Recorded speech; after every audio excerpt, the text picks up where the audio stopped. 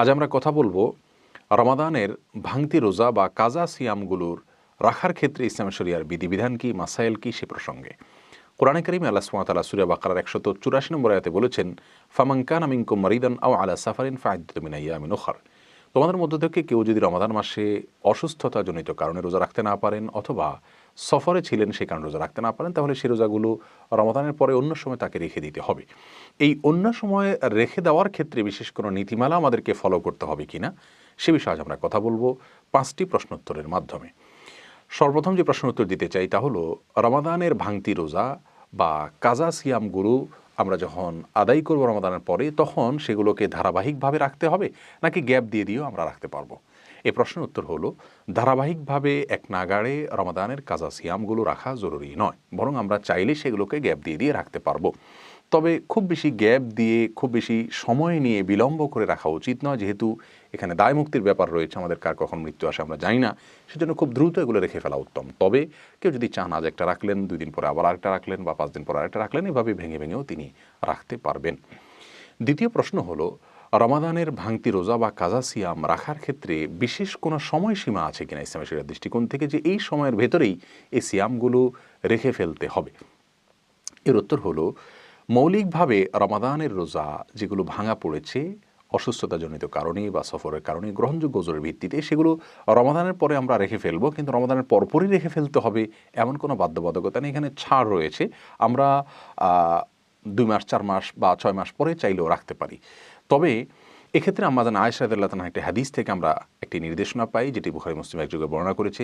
আম্মাজান আয়েশা রাদিয়াল্লাহু তাআলা বলেছেন যে তার রমাদানের মাসিকের কারণে যে রোজাগুলো রাখা হতো না, সেগুলো তিনি পরবর্তী রমাদানের আগে শাবান মাসে রাখতেন। এতটা দেরি করতেন কারণ রাসূল আকরাম সাল্লাল্লাহু আলাইহি সাল্লাম তার সঙ্গে বসবাস করতেন, তার অধিকার এর প্রতি খেয়াল রেখে তিনি বিলম্ব করতেন। এবং পরবর্তী রমাদানের আগে যে শাবান মাস, সেখানে রাসূল আকরাম সাল্লাল্লাহু আলাইহি সাল্লাম প্রচুর পরিমাণে নফল রোজা রাখতেন, এই ফাঁকে তিনি তার ফরজ রোজাগুলো রেখে দিতেন। এই হাদিসের ভিত্তিতে উলামায়ে কেরাম বলে থাকেন যে এক রমাদানের রোজা কাজা করার জন্য বিলম্ব করতে করতে পরবর্তী রমজানের আগ পর্যন্ত বিলম্ব করা যেতে পারে। কিন্তু শরীয়ত গ্রাহ্য ওজর ছাড়া পরবর্তী রমাদানও যদি ক্রস করে যায়, তবুও আগের রমজান রোজা কাজা রয়ে গেছে, আদায় করা হয়নি, তাহলে সেক্ষেত্রে এটি অন্যায় হবে, এটি গুনাহ হবে। আর যদি শরীয়ত গ্রাহ্য ওজরের কারণে দেরি হয়, পরবর্তী রমজানও চলে আসে, তাহলে সেটা কারণে কোনো গুনাহ হবে না। যদি কোনো কারণে পরবর্তী রমজান চলে আসলো, এর পরেও কিন্তু আগের রমজানের রোজা কাজা বাকি থাকলে সেগুলো আদায় করতে হবে। সেক্ষেত্রে কাজার পাশাপাশি অন্য কোনো অর্থদণ্ড বা অন্য কোনো কিছু দিতে হবে না, এটাই বিশুদ্ধতম মত। তাহলে আমরা জানলাম যে রমাদানের রোজা এটা রাখার ক্ষেত্রে 2 মাস 4 মাস 6 মাসের কোনো সময়সীমা নেই, তবে পরবর্তী রমজানের আগে আগে সেগুলো রেখে ফেলা উচিত। কোনো গ্রহণযোগ্য ওজর ছাড়া পরবর্তী রমজানের পরে বিলম্ব করা জায়েজ নয়, সঠিক নয়, উচিত নয়। তৃতীয় প্রশ্ন হলো, রমাদানের ভাঙতি রোজা বা কাজা সিয়াম এগুলো আমরা যখন রাখবো তখন এর পাশাপাশি অন্য কোনো কিছু করতে হবে কিনা। যেমন রমাদানে আমরা তারাবি পড়ি, আবার রোজাও রাখি, তাহলে রমজানের কাজা আদায় করতে গেলে রাতে তারাবি পড়ে তারপর রোজা রাখতে হবে কিনা? এর উত্তর হলো না। আমাদেরকে রমজানের রোজা যে কয়টা রাখতে হবে, যে কয়টা ভেঙেছে সেগুলো আমরা রাখবো, সেগুলোর সাথে তারাবির নামাজের কোনো বিধান নেই, কারণ তারাবির নামাজ এটা রমাদান মাসে পালনযোগ্য ইবাদত, রমাদানের পরে তারাবির অপশন নেই। যার কারণে রমাদানের পরে আমরা শুধুমাত্র যে কয়টা রোজা ভাঙতি হয়েছে সেগুলো রেখে ফেললেই চলবে, অন্য কোনো কিছু সাথে করতে হবে না। তবে যদি কেউ শরীয়ত গ্রাহ্য ওজর ছাড়া ইচ্ছাকৃত অবহেলা করে রোজা ভঙ্গ করে, তাহলে সেই ব্যক্তির জন্য কাজার পাশাপাশি কাফারার বিধানের কথা বলেন ইমাম আবু হানিফা এবং মালিক রাহিমাহুল্লাহ। অর্থাৎ যদি কেউ ইচ্ছাকৃত অবহেলা করে রোজা ভাঙেন, তাহলে শরীয়ত গ্রাহ্য ওজর ছাড়া, তাহলে সেক্ষেত্রে তিনি একটি রোজা ভাঙলে একটি রোজার জন্য একটা রোজা কাজা রাখবেন, আবার 60টা রোজা এক নাগাড়ে ধারাবাহিকভাবে নির্বিচ্ছিন্নভাবে তাকে রেখে ফেলতে হবে কাফারা হিসাবে। এটা হলো তার জন্য দণ্ড, সেটা তাকে করতে হবে শাস্তিস্বরূপ এবং ক্ষতিপূরণ স্বরূপ।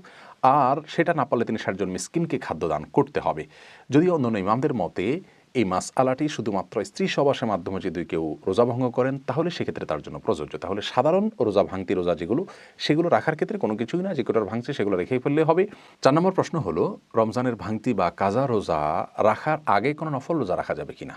এই প্রশ্ন উত্তর হলো, রমজানের কাজা বা ভাঙতি রোজা রাখার আগে নফল রোজা রাখা যাবে। তবে কাজা রোজা রাখা যেহেতু ফরজ, নফল রোজা তো বাধ্যতামূলক নয় আমাদের জন্য, অতএব সেটাকে অগ্রাধিকার দিয়ে আগে রাখা উচিত, নফল রোজা একটু পরে রাখলেও চলবে। কিন্তু কোনো কারণে যদি সেটাকে বিলম্ব করেন, অর্থাৎ ফরজ কাজা রোজাকে, এবং এর আগে নফল রোজা রাখেন, তাহলে সেটা জায়েজ হবে। বিশেষ করে শাওয়ালের 6 রোজা সম্পর্কে অনেকে জানতে চান যে শাওয়ালের 6 রোজা এটা আমরা যদি রমজানের ফরজ ভাঙতি রোজা রাখার আগে রাখি তাহলে জায়েজ হবে কিনা, এ বিষয়ে অনেক উলামায়ে কেরাম নিষেধ করেন। কারণ হাদিসে আসছে মান সামা রমাদান সুম্মা আতবাউ সিত্তাম মিন শাওয়াল, যে ব্যক্তি রমজান রোজা রাখলো তারপরে শাওয়ালের 6 রোজা রাখলো তার জন্য ফজিলত রয়েছে। অতএব আপনাকে রমজান রোজা আগে শেষ করতে হবে কাজা সহ, তারপর শাওয়াল রোজা রাখুন, এটা অনেক উলামায়ে কেরামের বক্তব্য।